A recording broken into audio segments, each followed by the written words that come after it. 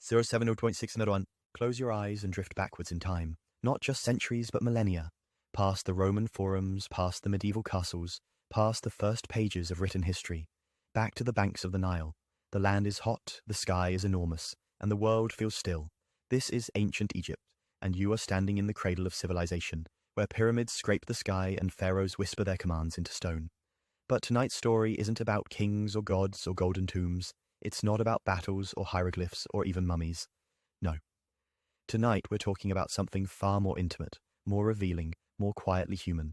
We're talking about food, not the dazzling banquets painted on tomb walls, but the everyday meals, the real food of real people, farmers, bakers, servants, fishermen, mothers, children, what they ate, what they wished they could eat, what they feared they might never eat again. Because here's the truth, for all its splendor, ancient Egypt had a very complicated relationship with food, and in many ways that relationship was far from ideal. Let's begin where every Egyptian day began, with bread. Bread was the foundation of the Egyptian diet. It was breakfast, lunch, and dinner. Made from emmer wheat or barley, it was dense, coarse, and dark. If you're imagining soft loaves or golden baguettes, stop now. Egyptian bread was closer to stone than sponge. Grinding the grain was exhausting. Women, almost always women, would spend hours pounding wheat between two slabs of limestone, their hands blistered, their backs bent. The flour they produced was laced with grit from the stones, which wore down teeth and inflamed gums. Dental records from mummies reveal a nightmare of abscesses, cracked molars, and exposed nerves.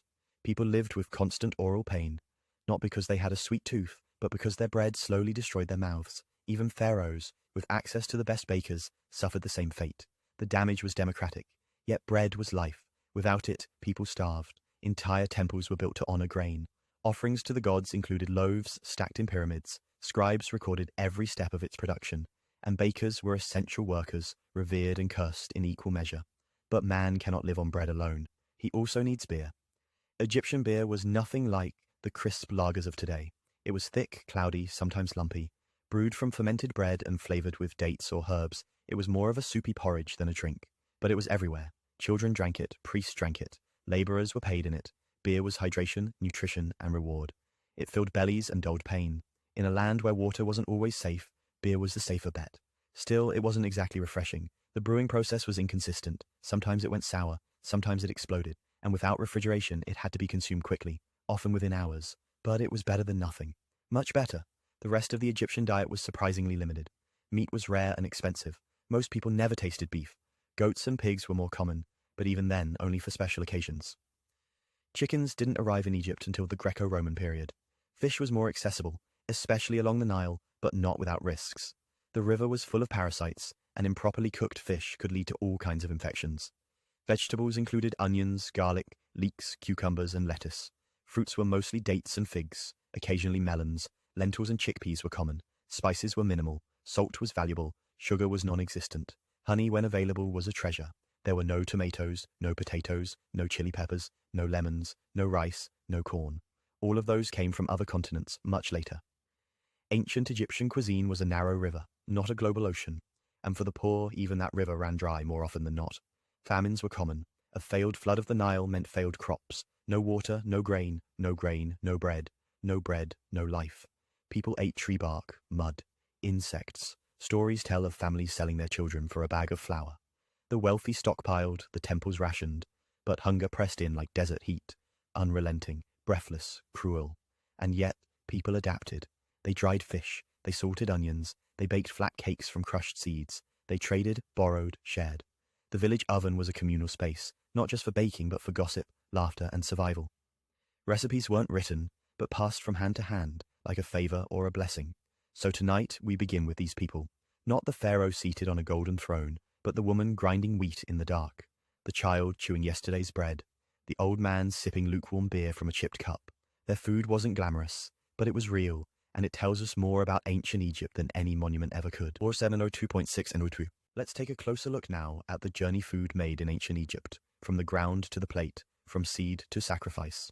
Imagine you are a peasant, waking before the sun touches the horizon. Your breath is visible in the morning chill. You step into the field, barefoot on dew-soaked soil, ready to coax life from the earth once more. Agriculture wasn't just a job, it was sacred. Every furrow plowed was a prayer, every harvest a hymn. But it was also backbreaking, uncertain, and sometimes heartbreaking. The Nile, Egypt's lifeline, was both a generous friend and a fickle god. Its annual flooding deposited rich black silt across the land, perfect for crops. But if it flooded too little, famine followed. If it flooded too much, homes washed away. Farmers relied on an intricate network of irrigation ditches and canals, all dug and maintained by hand, often under the supervision of overseers with whips and deadlines. Emmer wheat and barley were the core grains, sown by hand, trampled in by foot, harvested with sickles that had stone blades. Women and children gathered the stalks while men bound them. The grain was threshed, winnowed, ground, and stored. A single loaf of bread had already passed through a dozen hands before it reached the oven. Other crops included flax, grown for linen and oil, onions and garlic, prized for flavor and medicine, lentils, cucumbers, leeks, and radishes. These filled baskets and bellies alike. Date palms offered sweet fruit and shade. Figs added variety. Papyrus was harvested for writing and weaving, but not for eating. Animals played a role too. Cattle were symbols of wealth, but rarely eaten. Oxen pulled plows, donkeys carried loads, goats and sheep provided milk and wool. Pigs were common among the lower classes, but frowned upon by elites. Poultry, especially ducks and geese, were domesticated, though chickens, as mentioned earlier, were not yet introduced. Fishing in the Nile was popular and perilous. Nets and harpoons were used, sometimes from boats carved from papyrus stalks. The river teemed with catfish and tilapia, but also crocodiles and hippos. One misstep could mean death. Still, fish was a dietary staple for many. Hunting was another source of meat, mostly for the wealthy. They stalked gazelle, birds, and even lions in organized hunts that doubled as displays of dominance. But for commoners, hunting was rare and dangerous, often illegal on certain lands. Preservation methods were rudimentary. Smoking, drying, and salting were used, but storage was limited. Rodents and insects were constant threats. Clay jars sealed with mud or wax helped keep pests out. Still, spoilage was a daily worry. There were no refrigerators, no ice boxes, just sun, sand, and ingenuity. Meals were often communal. People ate with their fingers, crouched or seated on mats. Dishes were served in clay bowls. Bread was dipped into stews. Beer was sipped from pottery cups. Flavors came from herbs, garlic, and fermented fish paste. Strong, salty, and probably a bit alarming to modern palates. Religious beliefs wove through every aspect of food. Specific items were associated with gods. Lettuce with Min, the fertility god. Bread and beer with Osiris, lord of the underworld. Offerings were placed in tombs, sometimes full meals, sometimes carved models of meals. The afterlife, they believed, required nourishment too. Even recipes held spiritual weight. Certain breads were shaped like animals. Some stews were only made during festivals. Feasts honored gods and ancestors. Fasting marked transitions and taboos. Priests dictated what could be eaten and when. Food was never just fuel. It was ritual. But inequality cast a long shadow over the Egyptian table. The elite dined on roasted meats, imported spices, sweet pastries, and honeyed wines. Their homes had private kitchens, servants, and gardens. Their meals were leisurely, their banquets adorned with music and dancers. Paintings show them reclining with lotus flowers and silver goblets. The poor, meanwhile, survived on repetition and resilience. Bread and beer, onions and lentils, fish when lucky, meat on holidays. They cooked over open fires or clay stoves, using limited utensils. Food was practical, often unappetizing, sometimes burnt, always precious. Yet even in scarcity, there was creativity. Cooks added ground legumes to stretch dough. They used sour milk as a base for soups. They wrapped vegetables in leaves to steam them. The taste may have been bland, but the effort was bold. And still they dreamed of sweeter beer, softer bread, a fig without worms, a full pot that stayed full. The dreams of the hungry are detailed and vivid, and they're echoed in writings, in songs, in prayers etched on temple walls. So when we speak of food in ancient Egypt, we're not talking about menu options. We're talking about survival, ceremony, and sometimes suffering. We're talking about mothers rationing stew, fathers bargaining for grain, children sneaking dates before supper. We're talking about life, stained with ash and flavored with longing. Tirkamino 2.603. Let's turn now to the more opulent side of ancient Egypt's food culture. Because while the commoners scraped by, the elite lived in a different culinary universe. If you were a noble, priest, or high official, food wasn't just sustenance, it was spectacle, a statement, a symbol of status and favor from the gods. Meals were not simply eaten, they were curated. Picture this, a grand villa near Thebes, columns carved with sacred inscriptions, floors cooled by polished stone. In the inner courtyard, servants fan the air as a low table is set. The head of the household reclines, draped in linen so fine it almost disappears in the light. Before him lies a feast crafted not for hunger, but for beauty and indulgence. Roasted duck glazed with date syrup, honey-sweetened pastries dusted with crushed almonds, tender veal braised with leeks and coriander. Platters of grapes, figs, and pomegranates shine like jewels. Jugs of wine, red, spiced, imported from far-off lands, sweat in the heat, and at the center of it all, the proud silence of servants who prepared everything but will eat none of it. But behind this elegance lay deep disparities. These delicacies came from the same land and labor that left peasants bent with exhaustion. The same floods that could starve one family might fatten another's table, and this wasn't lost on the Egyptians. They knew how uneven the scales of nourishment were. In fact, some tomb inscriptions express guilt or gratitude for food abundance, an acknowledgement that not all were so lucky. Religion again played a central role. Temples didn't just serve gods, they were also economic powerhouses, owning farms, granaries, and livestock. Priests oversaw distribution, often controlling who ate what and when. Offerings to the gods, bread, beer, meat, fruits, were symbolic but also practical. After being presented, they were taken back and redistributed among temple staff. Nothing went to waste. Festivals brought temporary equality, where even the poor could feast. During major celebrations, extra rations were given out, sometimes including rare items like beef or wine. But these moments were brief flashes in otherwise repetitive, restrained diets. Now, let's talk about one specific food that symbolized both luxury and risk: meat. Meat in ancient Egypt was a paradox. Coveted and admired, yet often feared and avoided. It spoiled quickly, attracted flies, and was expensive to produce. Slaughtering a cow was a major event. For most, meat came rarely, perhaps during holidays or funerals. The wealthy might enjoy it regularly, but they were not immune to its dangers. Without refrigeration, fresh meat began decomposing almost instantly in the Egyptian heat. Butchers worked fast. Salt was applied immediately. Meat was dried or smoked, if not eaten right away. Even so, outbreaks of illness from tainted meat were common. Cooked or raw, meat was a gamble. Fish presented similar problems. Despite Egypt's proximity to the Nile and the Mediterranean, fish was treated cautiously. Some fish were sacred and not to be eaten at all. Others were consumed daily, sun-dried, salted, or pickled. But like meat, fish carried the threat of disease. Parasites and bacteria were ever-present dangers. A poorly cooked meal could bring days of agony, or worse. The pharaoh's palace, though grand, was not exempt from these issues. Court kitchens employed hundreds, sometimes thousands of staff. Ingredients were tracked, recipes were followed with religious precision. Tastes were tested before being served. Still, no amount of ceremony could remove the risk entirely. Foodborne illness wasn't just an inconvenience, it could shift power. If a noble fell ill, it was assumed someone had cursed their food. Assassination by poison was feared, and sometimes real. Tasting food became a royal duty, a life-risking form of loyalty. Even more ironic, the Nile, which gave Egypt its wealth and food, was often the culprit. Floods brought bacteria, waterborne illnesses, and parasites. The very waters that fertilize fields could infect kitchens. Sanitation was limited. Slaughterhouses and latrines often sat near markets. Clean water was precious. Boiling was rare. Soap was barely used. In this world, eating was a calculated risk, but people adapted. They developed herbal remedies, garlic for parasites, honey for infection, beer as a mild antiseptic. They listened to old wives' tales and followed lunar calendars. They prayed over meals and fasted on ill-omened days, and they taught children from a young age which foods to trust and which to fear. We may never know exactly how many lives were lost to spoiled stew or sour milk. The records weren't kept, but we do know this. The act of eating in ancient Egypt wasn't casual. It was layered with tradition, fear, joy, and danger. So when we think of the ancients, those sun-bronzed figures in flowing robes, we must picture them not just building pyramids or worshipping gods, but pausing before a bowl of lentils and wondering, is this meal safe? Will I wake up tomorrow? Or have the flies already claimed this meat? Because in ancient Egypt, the next bite might nourish or betray. End of 7.6 Mofar. Let's now peer into the symbolic world that ancient Egyptian food inhabited. A world where meals were more than meals, where taste was tied to the divine, and where the journey of nourishment didn't end with death. To understand Egyptian cuisine is to understand Egyptian belief. Their world was shaped by cycles of the sun, of the Nile, of birth and death, and food mirrored those cycles. Crops rose and fell with the floodwaters. Bread was broken in rhythm with rituals. Beer was brewed as a tribute, as much as a treat. Temples served not only as places of worship, but as culinary centers. Priests oversaw offerings that were rich in both symbolism and calories.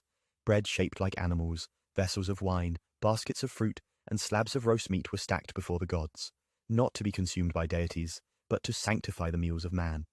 After the offerings were blessed, they were redistributed to temple workers.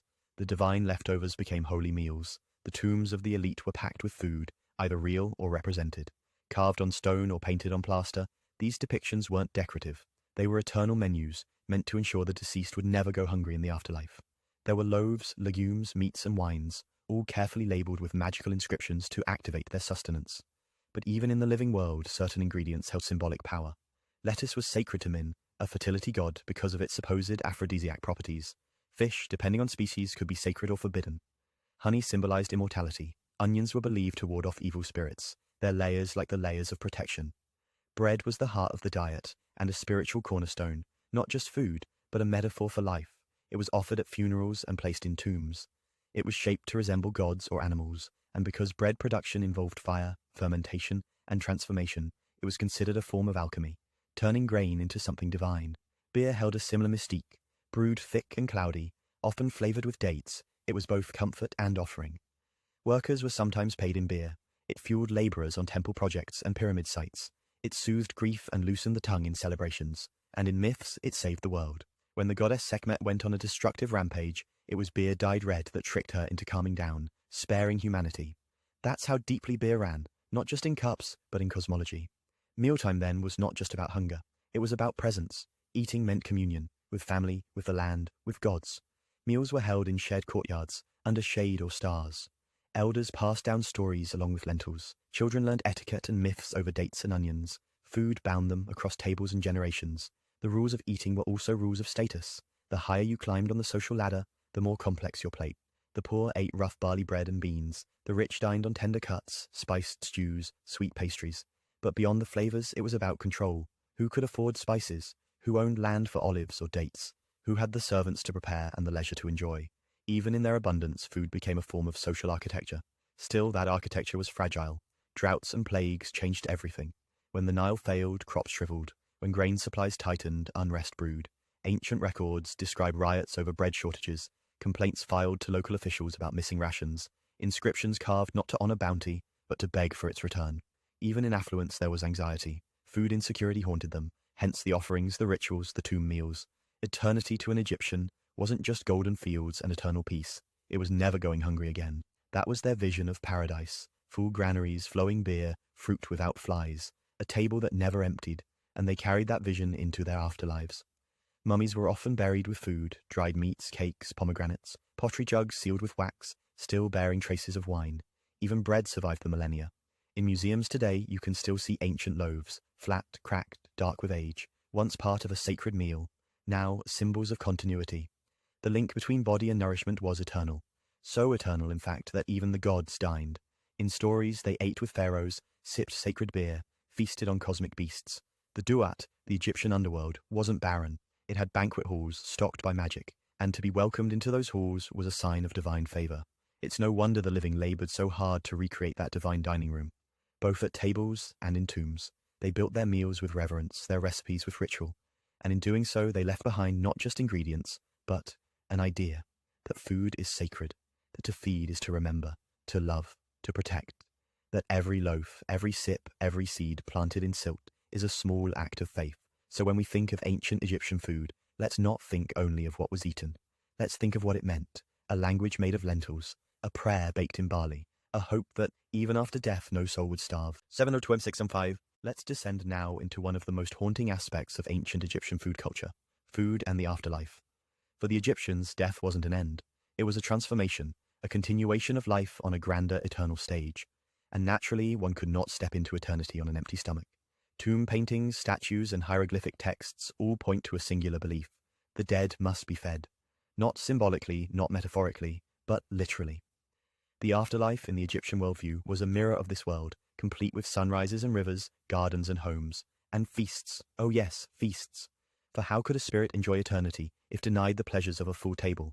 That's why food offerings were placed in tombs. Not just pictures of food, but actual baskets of bread, joints of meat, jars of wine and beer, dried fruits, and sometimes full-cooked meals. These were not funerary decorations. They were provisions, ammunition for the soul's journey. Even something as seemingly trivial as watermelon seeds made the journey, hinting at a belief that their rulers would need refreshment, or perhaps even a garden, in the next world. In King Tutankhamun's tomb, archaeologists found a virtual grocery list for the afterlife. Countless loaves, cakes, jars of honey, dates, and wine. And importantly, these weren't just left as inert tributes. The Egyptians believed rituals could activate these goods, transforming them into real nourishment for the ka, the soul. There were even spells for this. In the Book of the Dead, a text meant to guide the deceased through the perils of the underworld, there are incantations to ensure that bread appears on command, that beer flows freely, and that no one in the afterlife goes hungry. Because hunger was not just a bodily threat, it was spiritual agony. To be starved in the afterlife meant being forgotten, abandoned, erased, which is why food was so tied to memory. To eat was to remember. To be remembered was to be fed. This is why families returned to tombs with new offerings, long after the body was buried. These rituals weren't just acts of piety, they were literal sustenance for the soul. If no one brought you food, your afterlife was empty. This belief had social implications too. The poor, unable to afford lavish tombs or offerings, might face a bleak eternity. That's why many left behind prayers on walls, pleading with passers-by to say my name and leave me bread. These weren't poetic flourishes, they were survival strategies. Even grave robbers knew the value of food. In some tombs, they ignored gold but took jars of grain or beer. After all, if you were hungry in life, what use was treasure? The idea of edible magic permeated burial customs. Corn mummies were one example. Figurines shaped like the deceased, made from bread dough and sometimes stuffed with seeds. These weren't symbolic dolls. They were nourishment, identity, and resurrection all in one. Consumed by the gods or the spirits, they kept the person alive in a sacred cycle. And then there was mummification itself. Though not strictly culinary, many of its ingredients came from the kitchen. Honey, for instance, was a prized antibacterial used to coat bodies. Garlic and onions were inserted to purify and protect. Resins and spices masked decay. In some rituals, these items were believed to feed the gods within the corpse, ensuring smooth passage to the duat, the realm beyond death. Everything was interconnected. The farmer who harvested barley contributed not just to dinner, but to eternity. The woman grinding grain wasn't just feeding her children. She was preparing ritual bread for a father's tomb. Every bite taken in life echoed in death. Even funerary texts reflect this obsession. There are instructions not just for judgment and resurrection, but for menus. What dishes the soul will eat, what drinks will be served.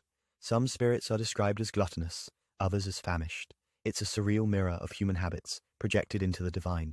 Perhaps that's the most striking part of all this, how ordinary hungers became eternal truths.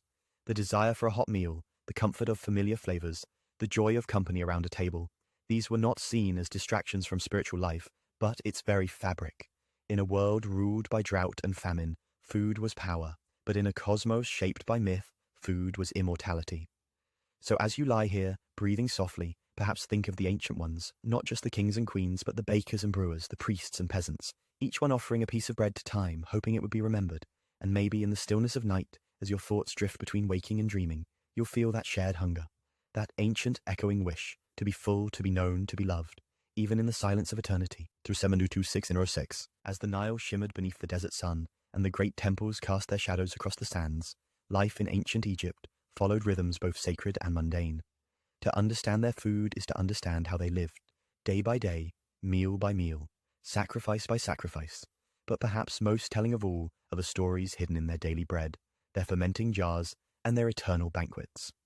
Let's revisit those humble ingredients, wheat and barley, not just as staples but as markers of resilience. The ancient Egyptians weren't simply survivors in a harsh land, they were engineers of life. With the Nile's annual inundation, they calculated sowing times with astronomical precision. The stars weren't just for storytelling, they were clocks, and with their celestial calendar, they marked not just days, but the right moment to scatter grain upon newly enriched soil. Their granaries weren't just storage, they were fortresses of survival. Overseen by scribes and guarded with devotion, these structures held the literal weight of life and death. One bad harvest could tip a village into famine. One grain shipment, gone astray, could incite rebellion. The pharaohs knew this. That's why food was not just nourishment, it was governance. Even the act of measuring food was political. Wheat was taxed, bread was counted, rations were logged in hieroglyphs, etched onto limestone tablets, preserved for eternity. We can still read them today, records of how much barley went to each worker, how many loaves were delivered to a temple, how many jars of beer were allotted to the laborers at Giza. Speaking of beer, let's not underestimate it. In the popular imagination, Egyptian beer is sometimes seen as crude or primitive. But the reality? It was complex, often brewed with herbs, honey, dates, and even fruit. Brewmasters were professionals, recipes were passed through generations. Beer wasn't simply drunk, it was shared, offered to gods, and revered. But even divine beer couldn't fix everything. When nature failed, Egypt suffered deeply. Droughts dried the Nile, crops failed, and hunger spread like dust on the wind. There are records of whole towns petitioning temples for grain relief, of children sold into indenture to pay for flour, of priests praying for rain, while merchants hoarded what little was left. It's here, in this contrast, that we see the paradox of Egyptian food culture, a land that could overflow with abundance and collapse into famine within a single season. And through it all, the people clung to ritual, to faith, to the comfort of flavors they knew by heart. So they preserved food, not just for the afterlife, but for hard times. Salted fish, dried figs, pickled cucumbers. Their larders were pragmatic, but also poetic. Spices were rare, yes, but when they appeared, they transformed dishes and lives. Cinnamon from the east, myrrh from the south, frankincense that perfumed not only temples, but meals. And as food moved, so did culture. Caravans brought delicacies from faraway lands. Traders introduced lentils, chickpeas, leeks. Dishes evolved, palates changed. But the Egyptian relationship to food remained spiritual. A shared bowl was an offering. A family meal was a liturgy. Even the tools of the kitchen, mortars, pestles, ovens, ceramic jars, were shaped with reverence. Cooking was not drudgery, it was creation. Every meal was a microcosm of their world, seasonal, sacred, and saturated with meaning. Now let's zoom in. Imagine a bustling courtyard in a village near Thebes. A mother kneads dough on a clay slab, singing softly. Her child grinds grain with a stone, rhythmically, tirelessly. An old man tends a stew, tossing in garlic and greens. In another home, someone crushes dates for syrup. These were not grand banquets, but they were full of care, flavor, and purpose. Their food reflected their values, communal, resilient, deliberate. And yet, one can't ignore the divide between rich and poor. A palace feast could feature goose glazed in honey, beef simmered with leeks, fresh lotus root, and wine cooled in ceramic pots. Meanwhile, a farmer's supper might be just lentils, onions, and coarse barley bread. But even the simplest meal, eaten with family under a starlit sky, had dignity. Because for Egyptians, food wasn't just what you ate. It was who you were, where you stood in society, what gods you honored, what ancestors you remembered. And so we close this culinary journey not with recipes, but with revelations. That food is never just fuel. It's a language, the earliest we spoke, a legacy, the oldest we inherit, a link to our bodies, our beliefs, our histories. In ancient Egypt, every grain was a prayer, every meal a memory, and every empty bowl a reminder of what could be lost. So may your dreams tonight be flavored with honey and spice. May you walk through the temples of your imagination, past fragrant kitchens and golden fields, and may you find, in the quiet rhythms of history, a deeper appreciation for the meals you share today. And if tomorrow you break your bread with someone you love, think of the Nile, of the farmers, the bakers, the brewers, of the people who believed that to eat well was to live fully, even forever. 072216107. And now, as our exploration of ancient Egyptian cuisine nears its conclusion, let us shift our gaze from the rituals of tombs and feasts of kings back to the quiet, persistent rhythms of daily life. The kitchens, the fields, the marketplaces, and the people whose lives were shaped by food in ways both grand and humble. Picture a bustling, open-air market in Thebes at dawn. Stalls of linen flutter in the early breeze. Baskets overflow with dates, leeks, and onions. Bakers carry trays of warm flatbreads balanced expertly atop their heads, while brewers shout over the din to hawk their fresh batches of beer. A scribe walks past, carefully noting down prices on a clay tablet, because even breakfast had to be accounted for. In the corner, an elderly woman kneels beside her stall, offering fish preserved in salt and wrinkled figs from last season's harvest. Her hands are calloused, her voice soft. A little boy clutches her robes and watches as a priest buys a bundle of herbs for ritual burning. This is the food economy at its most alive, not in royal inventories or temple banquets, but in these transactions, these relationships. Each meal tells a story. For the poor, food was often monotonous but dependable. Barley porridge for breakfast, onions or garlic with flatbread for lunch. If fortune smiled, there might be lentils, cucumbers, or a bit of fish for dinner. A good day meant a full belly and no illness. A bad day meant hunger or worse, spoiled grain, a sick ox, a missed harvest. For women, food was both duty and skill.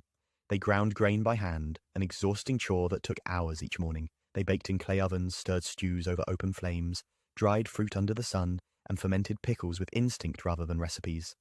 Their knowledge passed not through scrolls but hands, calloused, steady, enduring. Children learned through imitation. A daughter watched her mother season lentils. A son helped his father press oil from sesame. Every gesture embedded culture. Every bite was a lesson in survival, in community, in reverence. And yet, even with this domestic constancy, food was never separate from power. Temples claimed the first and best of many harvests. Priests dined well. Workers at construction sites were fed bread and beer, not as charity but as wages. Grain silos meant control. Food security was political security. When the grain failed, when the Nile did not rise, when stores ran dry, people revolted. Gods were blamed. Pharaohs fell. Consider the tale of the eloquent peasant, an ancient Egyptian story in which a man appeals to a corrupt official after his goods are stolen. He pleads not with anger, but with poetry, arguing that justice, like bread, must be distributed fairly. Even in fiction, food and fairness were intertwined. Then there were the festivals, bursts of colour and indulgence in otherwise modest lives. On feast days, music echoed across courtyards. Bread was baked in elaborate shapes. Honey flowed more freely. There were roasted birds, perhaps even a rare cut of beef. Children played while elders gave thanks. These moments offered release, joy, sacred excess. But not everyone shared equally in the bounty. Slaves, prisoners, and the chronically poor survived on scraps. Their meals were thinner, their rations smaller. While the divine pharaoh might be mummified with jars of wine and baskets of cake, many commoners were buried with only a token loaf or a clay bowl, symbols of hunger even in death. And still they endured. They adapted recipes to the seasons. They bartered and traded. They fasted when supplies ran low. They relied on herbs for healing, not just flavor. They found solace in routine, beauty in necessity. In their kitchens, they shaped not just meals, but meaning. Even today, echoes remain. The flatbreads you find in Egypt now are not far from those baked thousands of years ago. Lentils are still a staple. Garlic and onions still rule the kitchen. The Nile still nourishes, and food still binds families together at sunset. Some things, remarkably, endure. So as you rest now, perhaps under warm covers or the soft glow of a bedside light, think back to those ancient cooks who rose with the sun, to the mothers stirring pots, to the farmers walking the banks of the Nile, watching the waters rise and fall like a heartbeat, to the children who grew strong on barley and dates. They are gone, but not forgotten. Their hands shaped the civilization we admire. Their food sustained a world that dreamed of eternity. And their humble acts of nourishment, day after day, are as heroic, in their own quiet way, as any pharaoh's conquest or priest's incantation.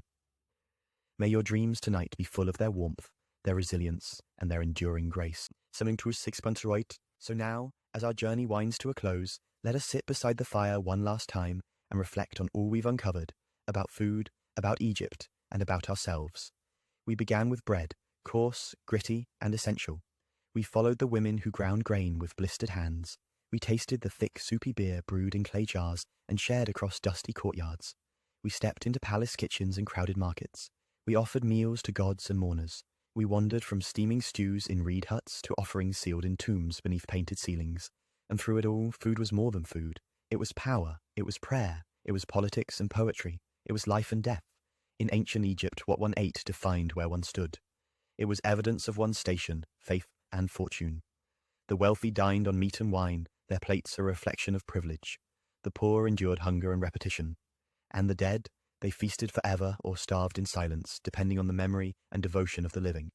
But food was also a unifier. Across classes and cities, people baked the same flatbreads, stirred the same lentil stews, sipped the same sharp beer. In every home, grand or humble, meals meant warmth, comfort, and tradition.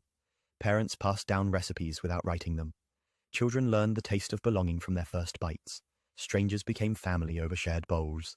Even now, as modern Egyptians sit beneath the same stars and harvest from the same soil, echoes of the past linger in their kitchens. Bread is still sacred, onions still cure, lentils still nourish, and so, through food, the ancient world is never truly gone. If there is one thing ancient Egypt teaches us, it's that survival was never easy, but always sacred, that a humble meal prepared with care and eaten with others holds more meaning than any banquet carved in gold. And perhaps as you lie here now, full of thoughts and drifting into sleep, you feel a quiet gratitude rising, not just for the abundance on your own table, but for the countless hands that came before, planting, grinding, stirring, sharing, the nameless forgotten ones who gave everything so someone else could eat. They were never emperors or warriors. They were never sculpted in granite, but they mattered, because food, real food, is not made of flour or fire. It's made of time, of labor, of love. So remember them. The mother packing a lunch for a child working in the fields, the baker rising before the sun, the servant praying for just one more handful of barley, the grandmother whispering a recipe she never wrote down, the pot left simmering through the afternoon heat, the cracked bowl passed down and patched with care. Their stories were never written, but they were cooked, and now so softly we say goodnight, not to the past but to the people who lived it, not to a museum but to a kitchen filled with wood smoke and laughter, not to history but to humanity. May your sleep be deep and peaceful. May your dreams be full of warmth and sweetness, and when you wake, may you carry this story with you, not just in your mind, but in your next meal, your next offering, your next memory made at a table. Good night, traveler. May you never go hungry, not in body nor in spirit.